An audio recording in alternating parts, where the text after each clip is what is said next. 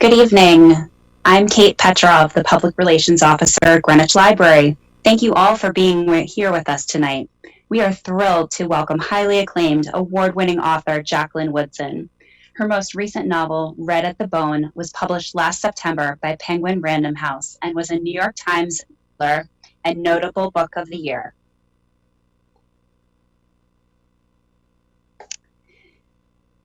Her New York Times best-selling memoir, Brown Girl Dreaming, won the National Book Award, as well as the Coretta Scott King Award, a Newbery Honor, and the NAACP Image Award.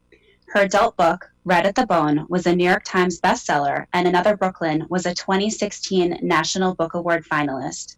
Her dozens of books for young readers include New York Times bestseller Harbor Me, Newbery Honor winners Feathers, Show Way, and After Tupac and Dee Foster, and the picture books Each Kindness and The Day You Begin, which both won the Jane Addams Children's Book Award.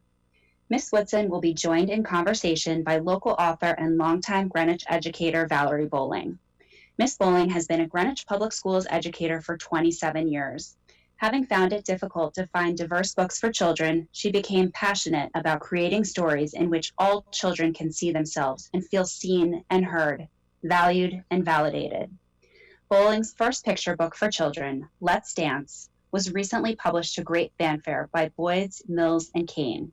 Valerie has 2 books scheduled for release in 2022 and 2 more slated for 2023. AuthorsLive at Greenwich Library is made possible through the support of the Greenwich Library Board of Trustees and contributions by generous donors. For more information on upcoming programs, visit greenwichlibrary.org/authorslive. Signed copies of Miss Woodson's books are available to purchase through Diane's Books, our local independent bookstore. We'll have time for a few audience questions at the end, so please type your questions into the chat box at the bottom right of your screen. And now, without further ado, Jacqueline Woodson and Valerie Bolling.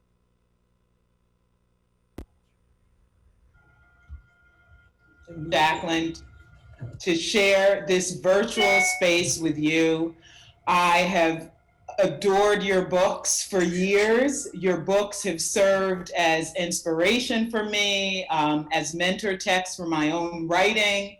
And when I read your books, I engage and enjoy, and I connect, and I self-reflect, and I just have a fabulous experience. So thank you so much. Thank you, Valerie. You're welcome. Well, I could continue to gush. I know people want to have you respond to some questions. So let's begin.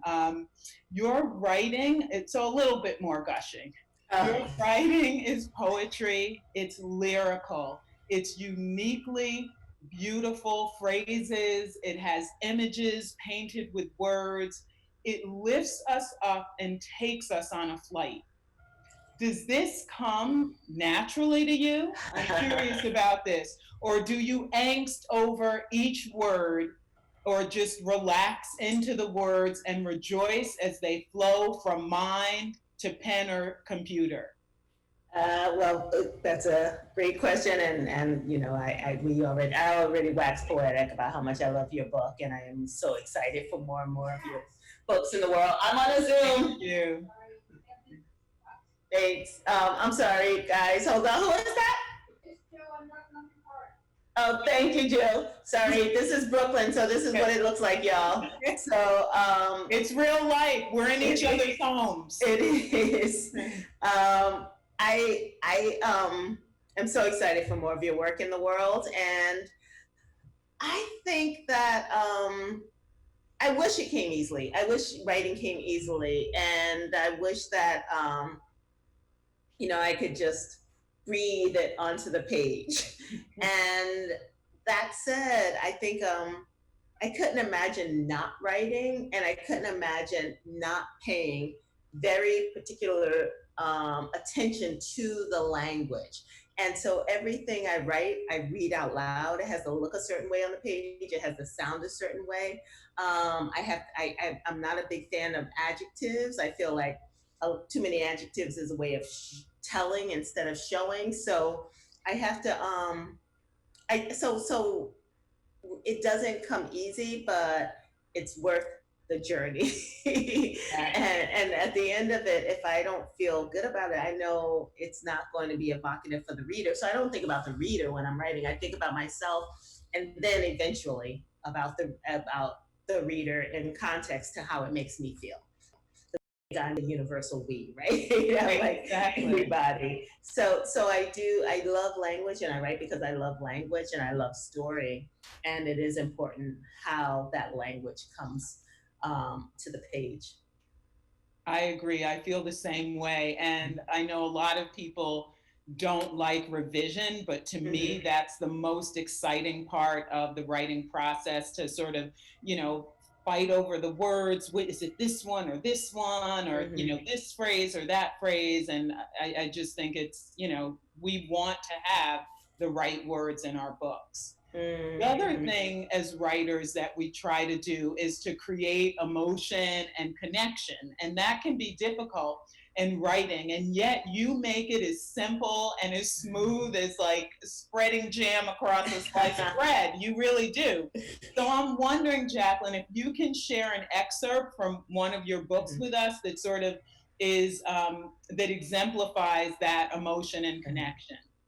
I love that analogy. Thank you. You're welcome. It's true. So this is from Before the Ever After, and it's written in verse. And for those of you who don't know, it's the story of a relationship between a dad and a son. The dad is an ex-football player who has, even though it hasn't been diagnosed because it's the late 90s, has CTE, chronic traumatic encephalopathy, which is the damage to the brain that comes from the constant impact of bodies together, of impact to the head.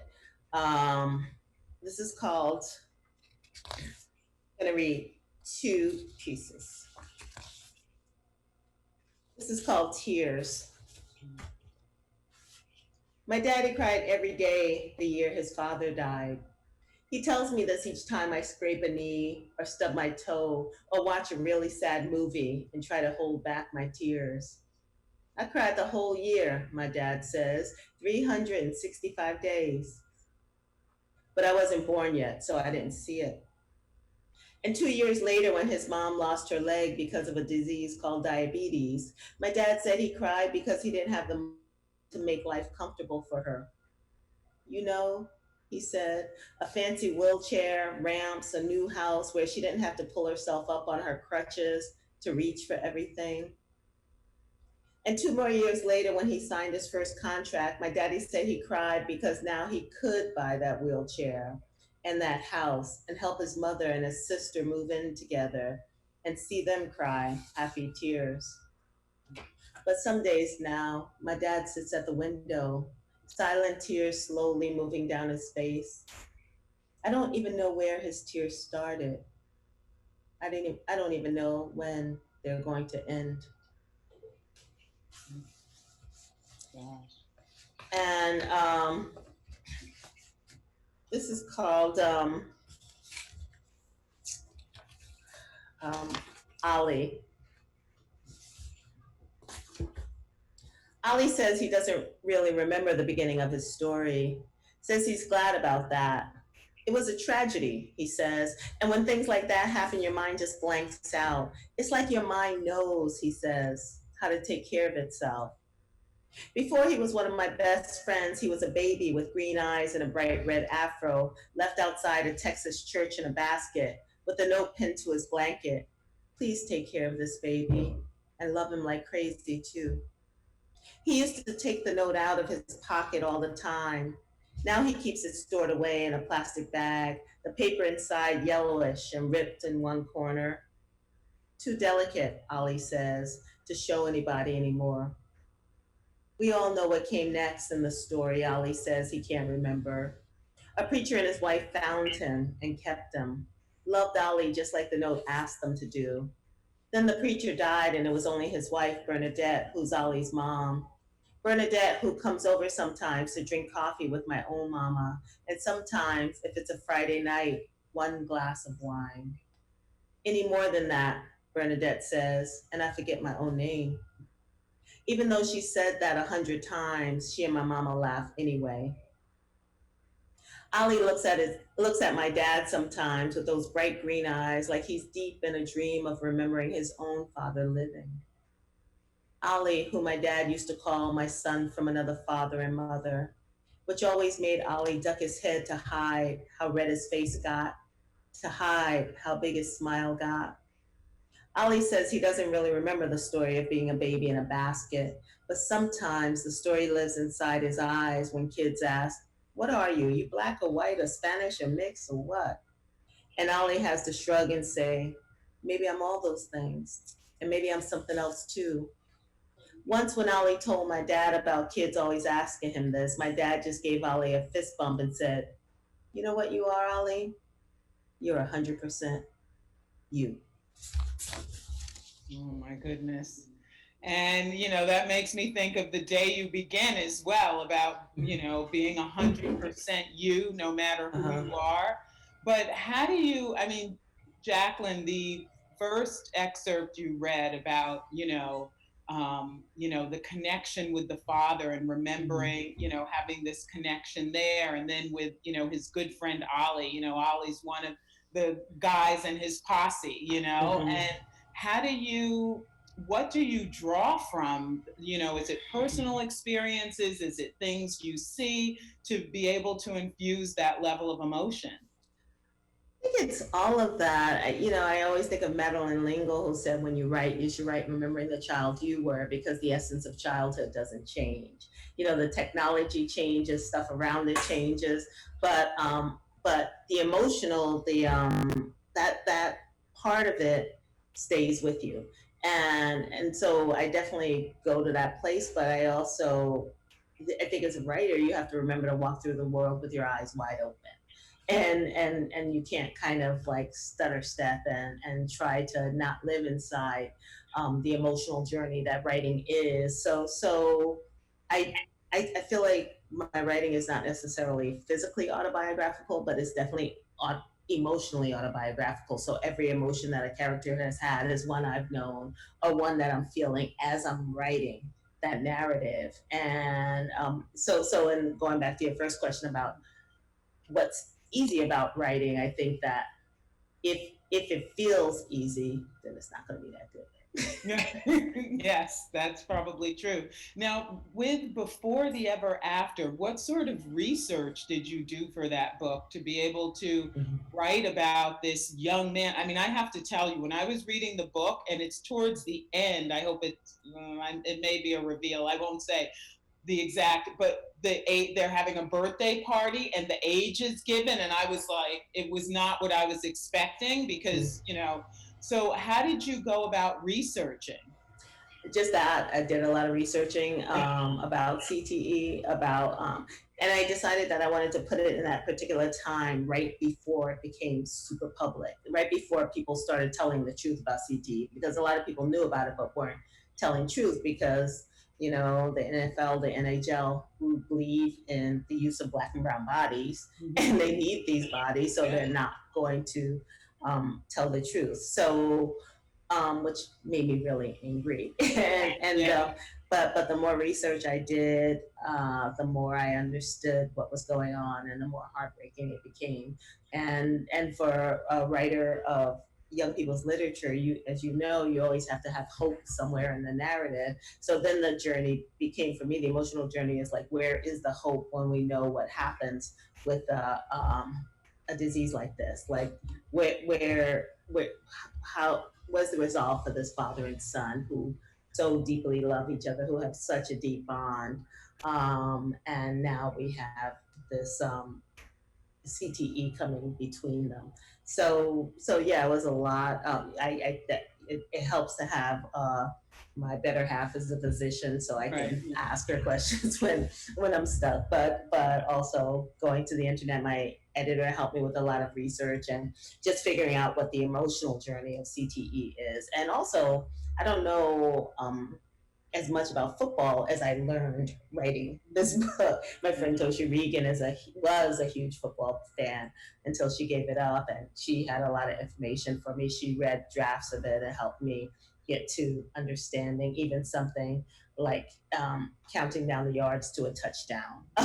It was like mistakes like that I could have made not knowing as much as I needed to know about writing a book like this. Yeah, and it's not only the emotion between father and son, but it's also the effect, mother, so wife and husband, and also with his friends, Mm-hmm. what Mm-hmm. how they react to this. So it's a number of, and that's what, as I say, just about your books that I always find so fascinating is those connections and not just the one way connection, which I'm used to doing in picture books. I pretty much worry about two characters, but you weave when you're in chapter books, and certainly like Red at the Bone we'll get to, later.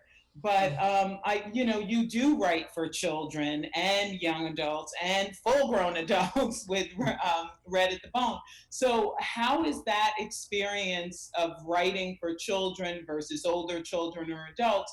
How's that similar and different? And feel free to talk about that from the aspect of themes or craft or anything else you'd like. I think it's hard for me because I've always wanted to write, and I never thought I'm going to write for this small audience, right? I wasn't going to just write for very young. I wasn't just going to write for adults. I wasn't just going to write for middle graders. I didn't even know that existed. But I wanted to tell stories, and I didn't want those stories to be compartmentalized in any way. So I think picture books are for everyone, right? I think middle grade, young people's literature is for everyone. I think with adult literature, young people can read it and compartmentalize. So what they don't understand, they kind of push aside until they do. I remember being a kid and reading The Bluest Eye by Toni Morrison and getting to the part at the end. And my memory of it was that at the end, Colibri Love got blue eyes and lived happily ever after. And it wasn't until I was an adult that I reread that book and I thought there must be a children's version written and then an adult version written, because how could this be such a different ending than what I remembered? And of course, it was that was what I could understand at the time as a fifth grader, sixth grader. And I think the same when I'm writing picture books, I'm thinking about poetry in a different way than the way I'm thinking about poetry when writing a book like Another Brooklyn, where I'm using white space and in a very intentional way. With picture books, I'm thinking about line breaks because young people have a very short attention span, and you have to get in there and hold them very quickly, or else they're like, I'm done, bye. So from line to line, you have to keep their attention. One line takes them to the next line, takes them to the next line until they've read the whole narrative. Whereas when I'm writing for adults, I can be more implicit as opposed to writing middle grade books where kids aren't bringing the same information that an adult will bring to the book. So I don't have to explain more, but I have to write it differently so that we meet in a different kind of middle. So I think I'm not wholly conscious of this as I'm doing it.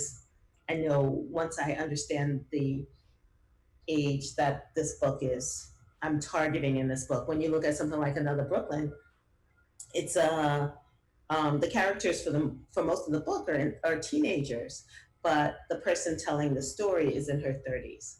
So it's an adult book because it's an adult looking back. A teenager doesn't have that adult perspective. So when I'm writing for young adults, they're in the moment. They're the age that they are, and they don't span that far from that age. Miracles Boys takes place over a weekend. Something like Beneath the Meth Moon takes place over a year.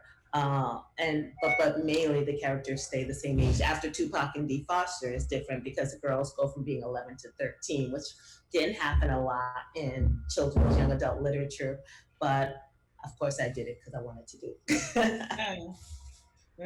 So I wonder a couple things. One is, do you have a genre that you prefer? And also, how do you decide? So, for instance, Before the Ever After could have been a story. It could have been for adults. I mean, something like Harbor Me, it takes place in a school. We've got teens. So that was definitely, that story needed to be the way it was. But how do you make a choice about whether something is what genre it will fall into, or do you just kind of write it and then figure that out later?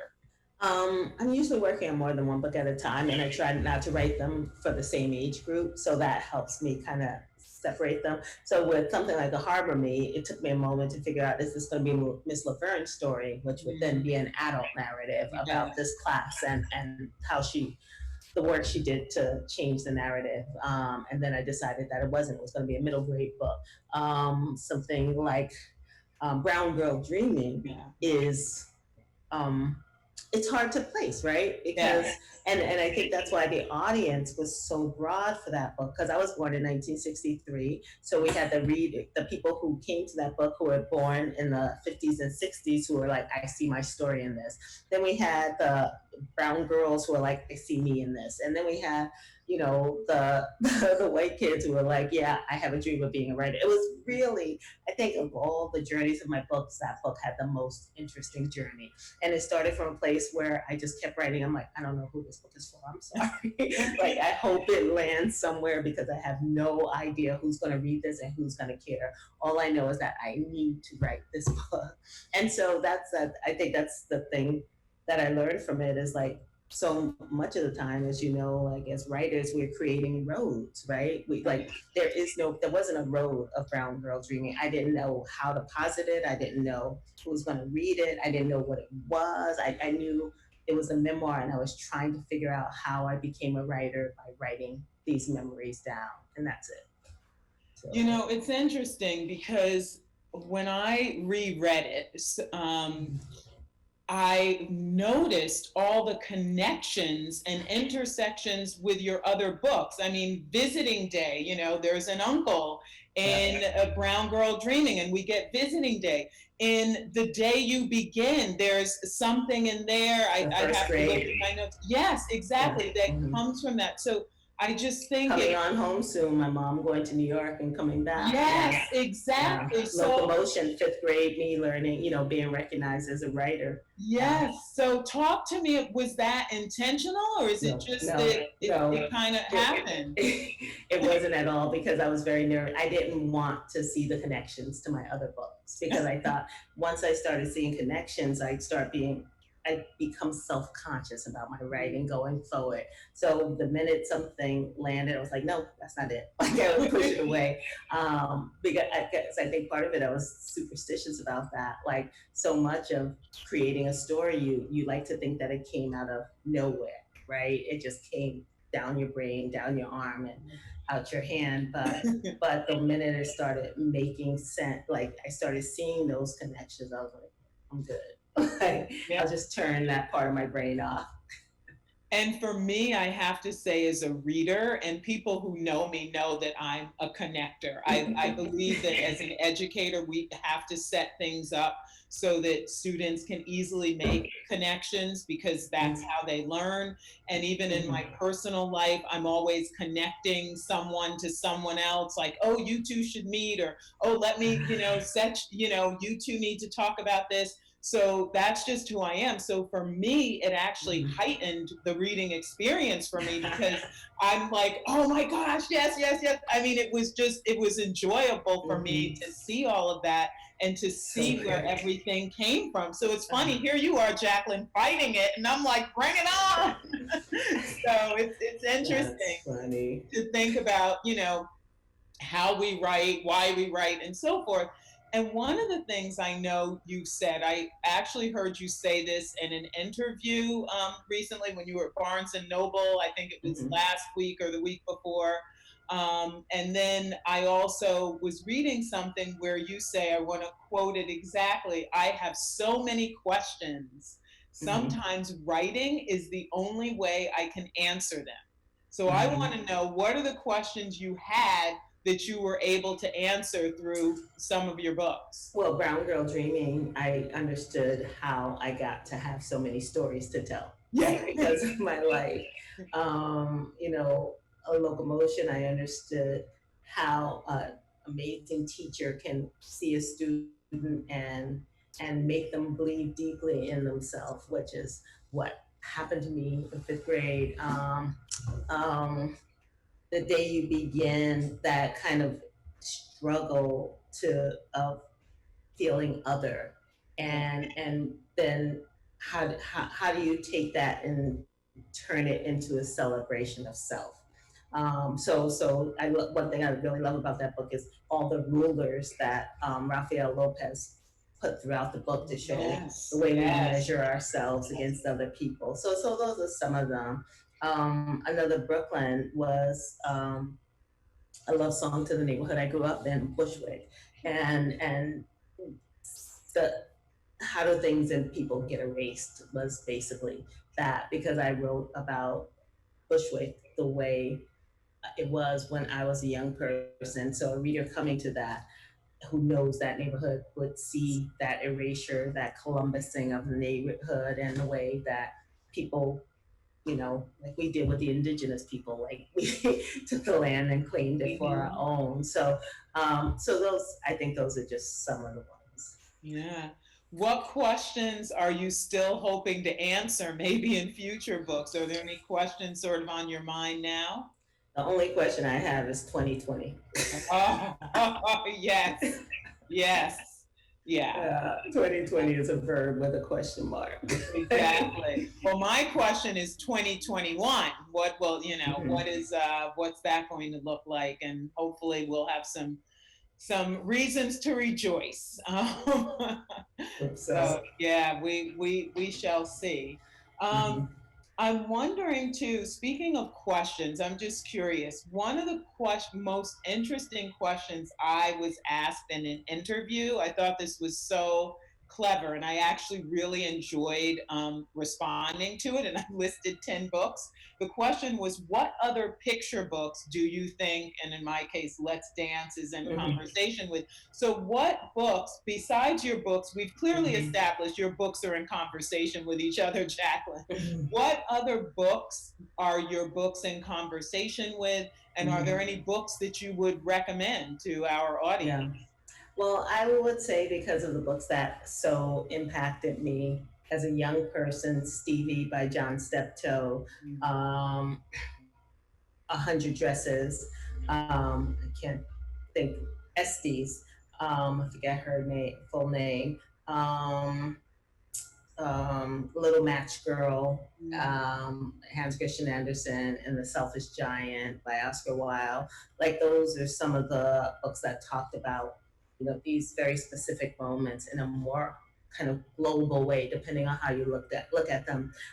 In terms of present day books, it's hard to, I don't know, because I don't compare my books that way. I don't, and I don't, I think that as a writer of color, I'm in conversation with every other writer of color who has, I think of Let's Dance and Pecan Pie Baby and all these ways in which our books are having a conversation on the shelves that is, and what they're saying is, wow, our ancestors weren't here, but we are now because they weren't, right? And when you look at the picture book shelves of kids in the 70s. I mean, 70s we had we had some people, but then in the 60s, and how the books we had to read did not have reflections of ourselves in them, and the fact that we came and tried to create this canon that could speak to not only the people who look like us, but beyond and beyond. So that I feel like that's a very national conversation, and then a very global conversation when we look at books from Southeast Asia and Asia and Latin America.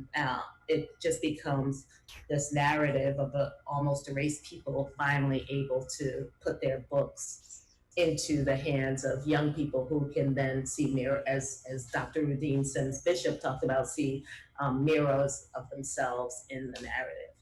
Yeah, it's so important. She talks about, mirrors, windows, and sliding glass doors. And she's at Ohio State, which is where, Columbus, right? You want to give a shout out, Jacqueline? Yes.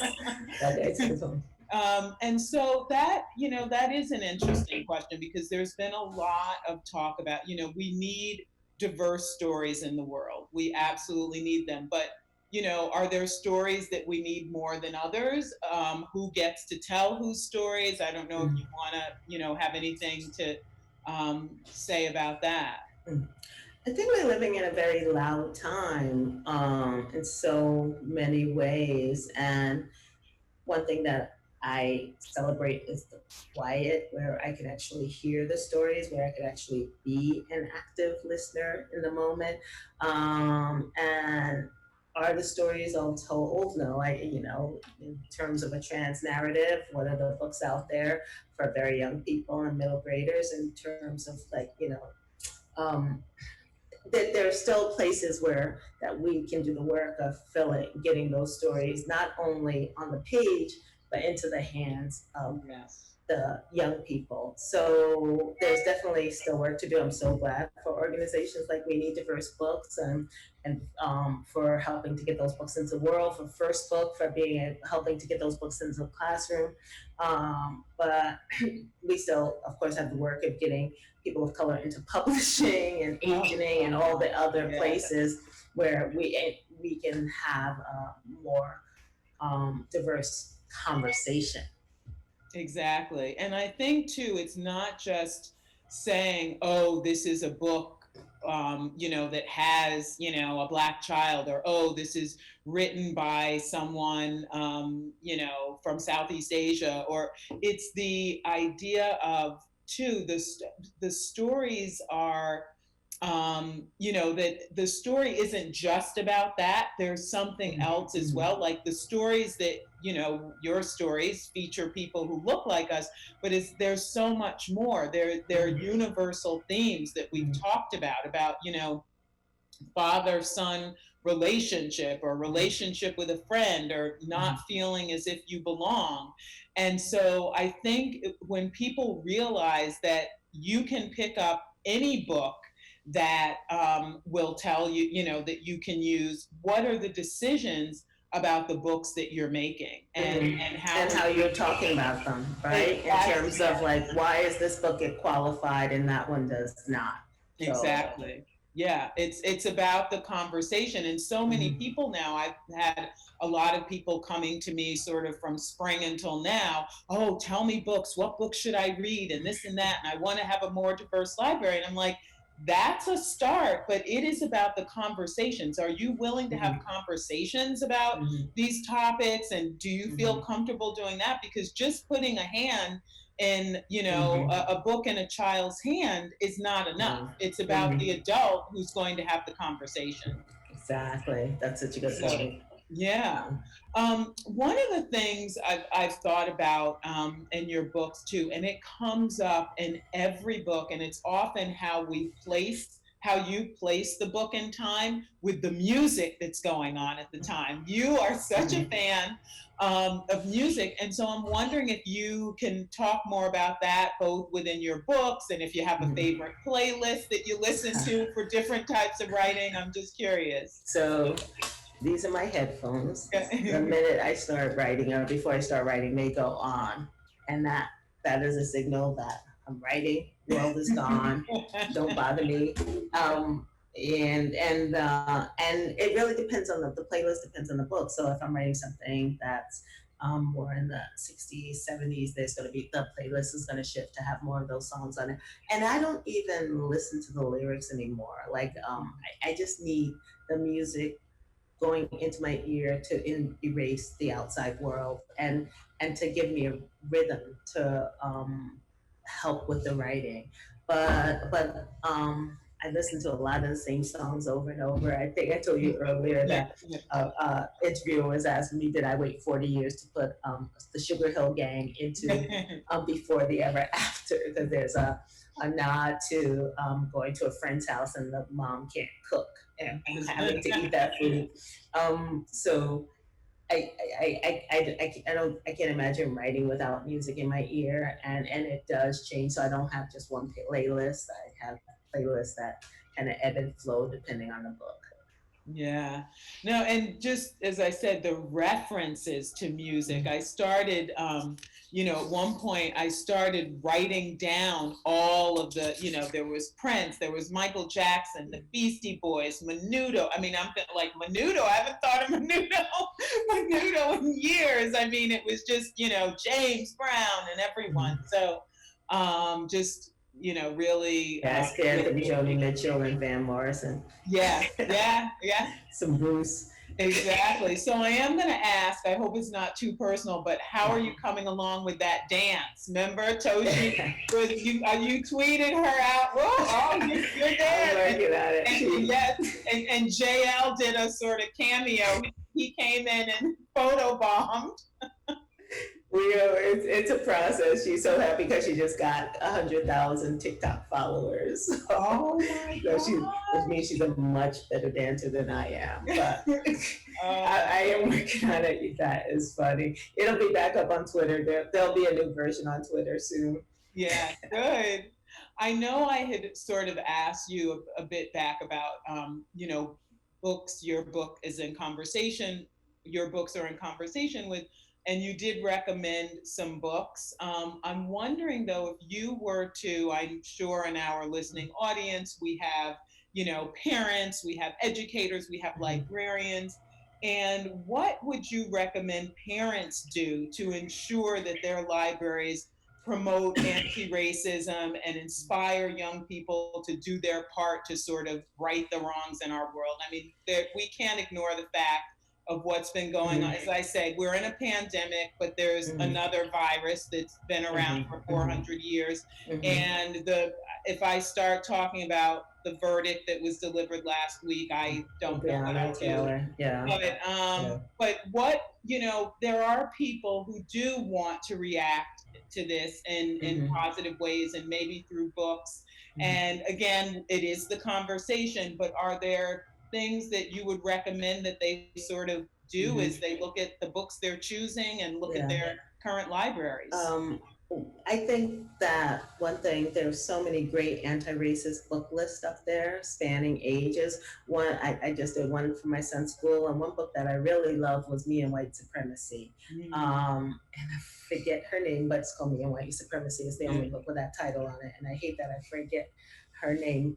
You're allowed. But Anti-Racist Baby, Stamped from the Beginning, the one that Jason Reynolds did from middle school, Cast by Isabel Wilkerson. There are so many books that are in conversation with what's happening right now, and that people can read at different levels, right? If you need a board book, here it is. If you need a middle grade. And I think given that we have all this time at home with our people, we can actually begin to have these conversations in a way that doesn't feel scary. And I think the books allow us to. I think if your kids are not huge readers, my son loves audiobooks, so I let him do it via audiobooks. But, one book, one family, figure out a book, read it as a family and talk about it. It can be Anti-Racist Baby. Start with a board book if other things are too hard. What does anti-racism mean? What is your particular role in it? Are you an ally, or are you doing the anti-racist work? When you look at something like the verdict of Breonna Taylor, do you just feel sad, or do you activate? When people talk about the other side and this neighborhood that's segregated by a fence, Black people on one side, white people on the other side, and each scared to cross it. And people always ask me, do I think the fence is down? And I'm like, well, if you can think of the last time your family had dinner with somebody of another race, then it's down in your family. But if you can't, and they can't be working for you, thank you. So people are quick to say, oh, I had lunch with this person. It's easy to have lunch, you work together, but what about dinner? Like, who has come into your house that does not look like you? And people can talk about their anti-racism and then look at their communities and see how homogenous they are. And kids are going to pick up on this. So, be unafraid to have those conversations. And my kids call me out all the time, and I'm like, guilty. So it is the beginning of a lot. Our country is shifting. And we have to be ready to, between climate change and the revolution and the pandemic, it's time to do the work. This is where we are now. And so, who is going to survive is about how we begin to have these conversations and shift. Exactly. No, conversations are the way, and honest conversation. And I have certainly been enjoying this conversation with you, Jacqueline, but I know that other people want to get into the conversation. And so we have some questions, and I have some questions coming in. So I'm going to look over here. So the first question is, please explain the concept of showing versus telling. Um, you know, I can explain it by giving an example. Um, Telling is he felt sad. That shows me nothing. I don't know what sad looks like for that particular character.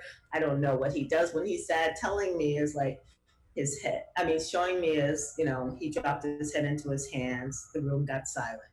Now I'm seeing that something has shifted in the energy of the room. So that's the concept. It's like, are you just using some words to tell me, using the words that are attached to that emotion that don't show me anything about what that emotion looks like for that particular character?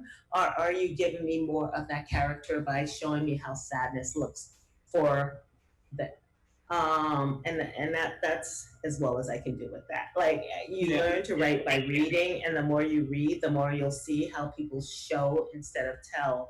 But it's not like one person can explain it to you and now you got the answer. Absolutely. You know, the best way is with an example. And I know you had wanted to read to us again, Jacqueline. Would you like to maybe read from Red at the Bone, and maybe that will elucidate, Sure. you know, give us an example.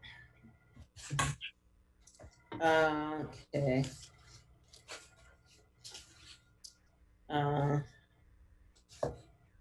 So this is Aubrey, the father. He's at a coming of age ceremony for his daughter, and he's watching as she comes down the stairs, and he doesn't know what to do with his hands. Once a long time ago, he was a boy in yellowing t-shirts and sagging underwear. He was too skinny, his knees curling out from his ashy legs, his ankles and cheekbones sharp. When he remembers it, he remembers the hunger, a hollow pain in his stomach. He remembers the opening and closing of the refrigerator door again and again, hoping that by some twist of the government or grace of his mother's ability to borrow $10 from a neighbor, go ask Thelma and tell her I'll give it back to her when I get my check on Friday. There would suddenly be a package of bologna to fry up, some thin slices of American cheese, or a jar of mayonnaise and a couple of pieces of bread, even though he had eaten his fill of mayonnaise sandwiches. Some Saturdays he woke to Spam fried to golden beside scrambled eggs and a chunk of fresh Italian bread from the bakery in Ridgewood, where he and his friends snuck to some nights, reaching beneath a half-closed grate to steal warm loaves off the cooling rack. He wondered, as his hand reached into the bakery's darkness and clasped the bread, why the grate was left half opened. Was there a science to the cooling? Or was this some small act of kindness from the Italian bakers, a gift to hungry brown children sneaking up to Ridgewood in the middle of the night? He longed for Twinkies, Charleston chews, peanuts, either Spanish or boiled, their softened shells echoing a South he vaguely remembered. His mouth watered for hot dogs slit down the middle and fried to curling, pancakes with salted margarine and Aunt Jemima syrup. His list went on. But before he was a man who shaved and laughed with his head thrown back. He was a hungry boy, dipping his fingers into cans of Vienna sausage, licking at the juice that dripped down his wrist. The sink counter he leaned against dug into his spine, the linoleum covering it peeled up beneath a plastic dish strainer. Too often drowned roaches floated in the pooled water beneath it. But once, a cardinal alighted on the kitchen windowsill, and he found himself squinting long after it had flown away again, trying hard to hold on to its beauty. Thank you. My husband was over here drooling and saying, when you talked about that hot dog split down the middle, curled up. I remember those. Oh my goodness. Oh boy. But in that case, I could have just said he was hungry or he was poor, right? Exactly. So that's an example of showing, not telling. Absolutely. Excellent example. I have another question, Jacqueline. As Black authors, how do you hope your white readers or audience will grow from engaging with your works? how can they most mindfully be moved by your works while understanding that there are so many experiences we do not have? It's so interesting. I think white folks are much more um, focused on us than we are on them. I'm sorry, people. I know it's Greenwich, but I'm not thinking about my white people. I think that that's an interesting question because what it's asking is that am I centering on whiteness in my telling of a story? I'm not. I'm not. I'm thinking about telling a really good story and hoping that people will see some part of themselves in it. So I'm not thinking what will white people think. Whatever white people, I don't know white people. I don't know all white people. It's like saying what will black people think. No one knows all black people. So I'm hoping that as individuals we come to the narrative and take something away from it. And that's as far as I can do. But again, I think historically in this country, white folks have been much more centered on, focused on black folks than black folks have been focused on white folks. And that's just the truth. Yeah, great, thank you. I mean, it does say as Black authors, so I'll say just a tiny, give a little.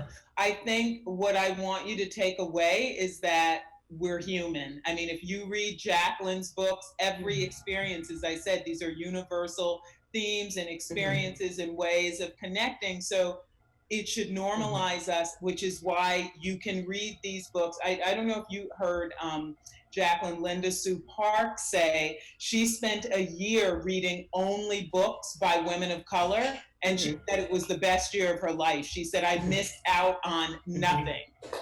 So that's so interesting. Yeah. Another question. Jacqueline said that children's books require hope in them. Could she elaborate on this, please? I think hope is required everywhere, right? Because without it, why do we get up in the morning? And I think it's really important that any book we read, it's what is the thing that keeps us turning the page? And so, even if a book has an ending that's when you look at something like Each Kindness, it's not a happily ever after ending, but there is hope there. There is something that keeps the reader reading. And in that case, it's that Chloe, one of the main characters, has regret. And that regret shows us that next time she's going to behave differently. So every book you look at written for young people, you can find that hope somewhere in the narrative. And it's important that it's there. It can't be who wants to read a devastating story? I mean, even when I read adult books, I'm looking for the hope in the narrative because that's the thing that's going to pull me through the story. Absolutely. Thank you.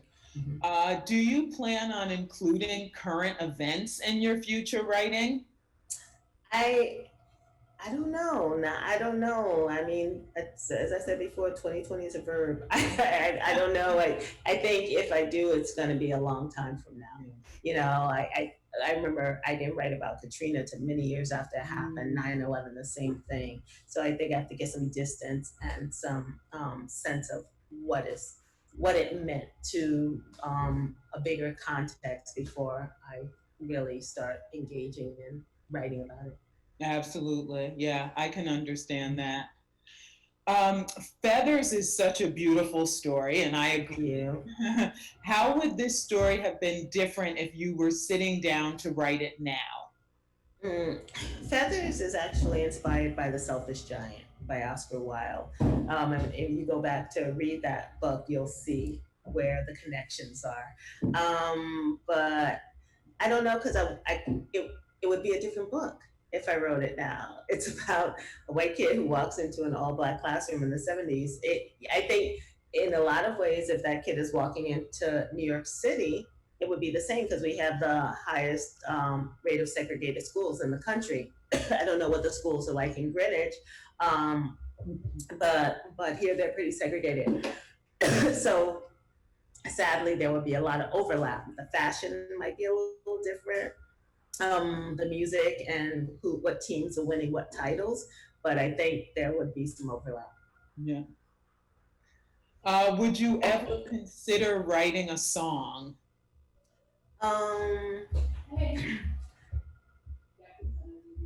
I don't know. I think I would. I'm going into an artist in residency position, and I think I might write some music when I'm doing that. Yeah, But I don't know. yeah. I can't sing, so I won't be singing it if I do write it. But you can write it and someone else can sing it. Exactly. Yep. Get my friend Toshi Regan to sing it. Yes, yeah, Toshi could definitely do it, and then your Toshi could dance. So yeah, because my Toshi can't sing either. Yeah, so it'd be a good combination. One of the things I was thinking about, I'm waiting. I think there may be some more audience questions, but I've answered the ones so far that have been delivered to me. But one of the things that I feel is important, and no matter sort of where we are in life, whether we're sort of starting out, or whether we're in a career or getting started in a career, or a student, is mentorship. And so wondering, I have, as I was telling you earlier, I have a fabulous mentor, Kelly Starling Lyons, and I'm wondering, who have your mentors been, Jacqueline, and who do you mentor? If you mentor, sort of how did you make those connections? Sort of how did you meet people? How did people meet you? I think my early mentors were Walter D. Myers, Virginia Hamilton, Tom Feelings. Those were the people who were writing the McKissicks when I was first coming up in the 90s, and they were all very kind. I didn't ask them to read any of my work, except Virginia Hamilton read from the notebooks of Melanin Sun because she blurbed it, and they weren't trying to teach me anything about writing, but just the fact that they were there and they were opening doors so that I could walk through was for me the best form of mentorship. And the fact that they were saying what I was, Arnold Adolph was saying what I was doing was valid, and that made a huge difference. I also believe deeply in mentor texts. One of the reasons so many of us write these books is so that other people can read them and then figure out how to tell their own stories, or realize that they have the tools they need to tell their own stories. And so mentor text, the history of mentor of people who will say nice things about your work was really important to me. And so that's how I roll. I feel like there was one time when I didn't have a writers community. It's really nice that I have one now. It's really nice that so many of the people who, Jason Reynolds, Kwame Alexander, Chris Myers, like the people, Rita Williams Garcia, who I kind of came up with in some respect, but also just grew to love because of the work we're doing, and the circles the way we circle each other and hold each other up is really important.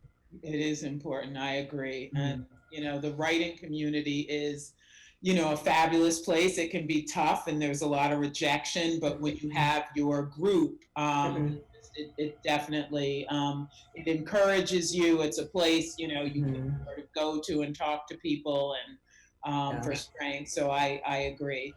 Another question is, what encouragement would you give to this audience about anti-racism work or general justice, given the demographic of our town as far as income and race? What's the demographic? I don't know. Yeah, the demographic, I don't know the exact figures. I will say it's predominantly white and it's predominantly wealthy. However, we have 3 lower income housing developments, and there is diversity in the town. We do have a number of of people who speak another language. Some speak more than 2 languages. So there is diversity in Greenwich, which some people don't know about, but overwhelmingly there is, it is overwhelmingly white and a lot of wealth. So what was the question again? What encouragement would you give to the audience about anti-racism work or general justice, given that demographic? I would say start by reading or listening to Cast by Isabel Wilkerson. The audiobook is just as amazing as the actual book. And we can do this. We can do this as a nation. We can do this as as a community. I don't know. Um, it's going to take work. It's going to take giving up some stuff, right? It's going to take taking a really deep and critical look at white supremacy. It's going to take not bristling at the term white supremacy and and taking out white privilege and inserting white supremacy. And then once we get through all of that, we can begin to have real talks. But I think at the end of the day, the big question is this the work you really want to do? Do you really want to see change? Do you really want to see Black and brown bodies not getting killed? Do you really want to see the rage that's happening because Black and brown bodies essentially senselessly getting killed ended? But we have the tools as a nation. We have the tools as a people. And the question is, do we truly, truly have the desire? And that's something each of us has to really ask ourselves and not lie about it. That's true. And someone was saying, when you come from a place of privilege, equality can seem like oppression to you. And so it's what are you willing to give up? Because that's the bottom line. So I think we may have time for we'll see, one or two more questions. The next one is, why do you write and when, with an exclamation point? Also, when did you start writing and how does it make you feel? Well, they can read Brown Girl Dreaming to find out about the second. Tell us. I love writing. I've known I've wanted to be a writer since I was 7. And writing, it makes me feel good. It makes me feel powerful. It makes me feel like I have something to say. It makes me feel like this is the gift I've been given from the universe, and my responsibility is to use it wisely and to try to be a good ancestor, right? Like the work we're doing as living people is going to impact the generations that come after us. And the question is, do I want to be a good ancestor when my number is called? Am I going to be like, damn, I should have done this differently, or I have so much regret? Right now, that's not going to be the case, because I know what I'm doing, the work I'm doing is the work that I was called to do, and it's the right thing. Exactly. So I think this last question actually will go very nicely into what you just talked about, Jacqueline, because you did mention the ancestors. And this person says, I was so moved by the wonderful article you wrote for the New York Times on your visit to Ghana. And, we had talked about that. I think I emailed you after reading. Yes. Oh my goodness. And, I felt the same way at, these castles that aren't castles. So could you say more about the impact of touching the land of your ancestors? Oh yeah, it's important. It's really important. It's life-changing.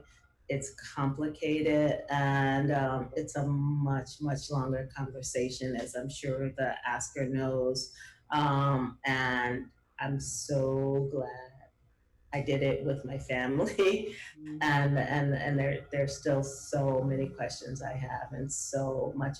I mean, we're talking 400 years, so it's not something I can just answer in a soundbite, because it is deep and complicated.